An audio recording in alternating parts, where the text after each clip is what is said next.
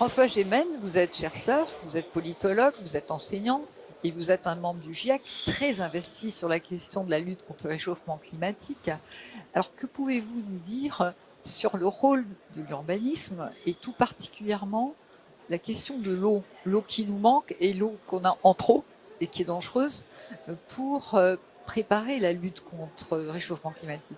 Bien sûr. D'abord, je pense qu'il faut commencer par dire que l'urbanisme a un rôle très important à jouer, à la fois parce que la majorité de la population mondiale habite en ville, que les villes sont logiquement responsables d'à peu près 70% des émissions de gaz à effet de serre, et aussi parce que les villes, et donc l'urbanisme, possèdent énormément de leviers d'action face au changement climatique, sur des questions de politique de transport, de logement, d'aménagement, et évidemment aussi sur des questions de politique de l'eau, qui peut être un axe véritablement structurant, à la fois parce que, évidemment, il va y avoir des questions qui sont liées à la préservation de la ressource et à cette allocation de la ressource, mais également d'adaptation face aux impacts du changement climatique et un risque, notamment dans les villes, c'est évidemment le risque d'inondation, puisque une atmosphère plus chaude, c'est aussi une atmosphère plus humide qui va produire davantage de précipitations.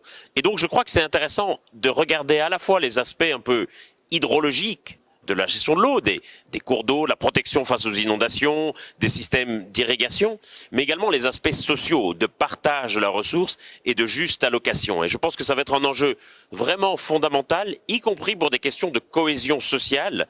Et on sait bien malheureusement que si nous ne parvenons pas à avoir des mécanismes de juste allocation de la ressource, eh bien on risque malheureusement d'avoir des tensions et des conflits pour la ressource qu'on commence déjà à voir poindre. On se souvient de l'épisode des bassines de Sainte-Solide, sans prendre position sur le fond.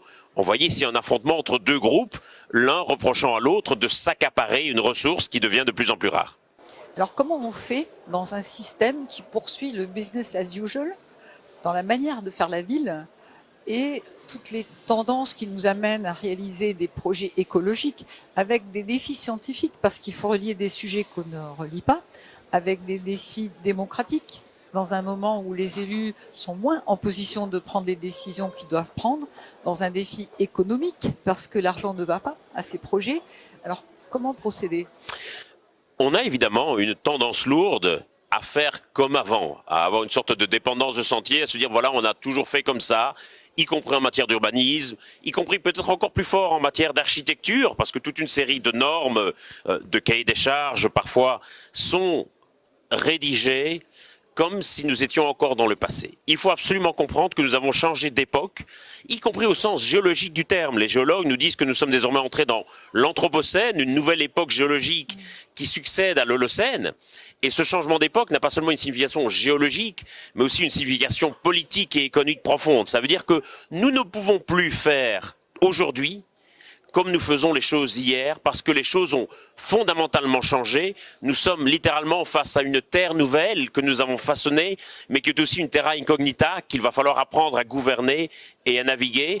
Si nous faisons les choses comme business as usual, nous allons nous retrouver dans la position de la firme Kodak au moment de l'avènement de la photo numérique, qui s'est dit c'est juste une mode, ça va passer, nos fondamentaux sur la photo argentique sont solides, pas besoin de changer quoi que ce soit, et on voit malheureusement quel a été le destin funeste de Kodak.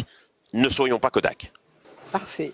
Mais ne pas faire business as usual ne dépend pas que de nous. Il y a des choses qui se préparent qui sont terribles, hein. Les bombes carbone qui sont en cours, qui sont massives, les guerres, tout ce qui va à l'encontre en fait de l'engagement contre le réchauffement climatique.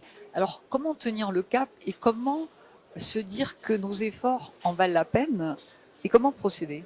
Bien sûr, et il y a effectivement dans l'actualité de tous les jours énormément d'événements, énormément de projets qui sont profondément décourageants. Et lorsqu'on a l'impression d'avancer un peu dans le bon sens, on voit des gens qui sont complètement immobiles, voire qui rament à contre-courant. Et bien sûr, ça peut provoquer un sentiment de découragement. Mais je crois que c'est important de garder à l'esprit que le changement climatique n'est pas un problème binaire. C'est un problème graduel. Or, souvent, on le voit comme un problème binaire. On se dit, est-ce qu'il est encore temps d'agir? Est-ce qu'il est déjà trop tard? Est-ce que telle COP va être la réunion de la dernière chance pour sauver le climat? en réalité, c'est un problème graduel. Ça veut dire que chaque dixième de degré va faire une énorme différence. Ça veut dire que chaque tonne de gaz à effet de serre que nous envoyons ou pas dans l'atmosphère va aussi faire une énorme différence. Et ça veut dire évidemment qu'il n'y a absolument aucune action contre le changement climatique qui soit inutile. Tout va faire une énorme différence et donc chaque action va faire une différence parfois beaucoup plus importante que celle qu'on imagine. Si on pense que le changement climatique est un problème binaire, je comprends qu'on puisse se décourager, mais ce n'est pas un problème binaire, c'est un problème graduel et c'est là notre chance. Merci François Gémen pour ce message d'espoir et pour ce message militant. Avec plaisir, Ariela. Merci.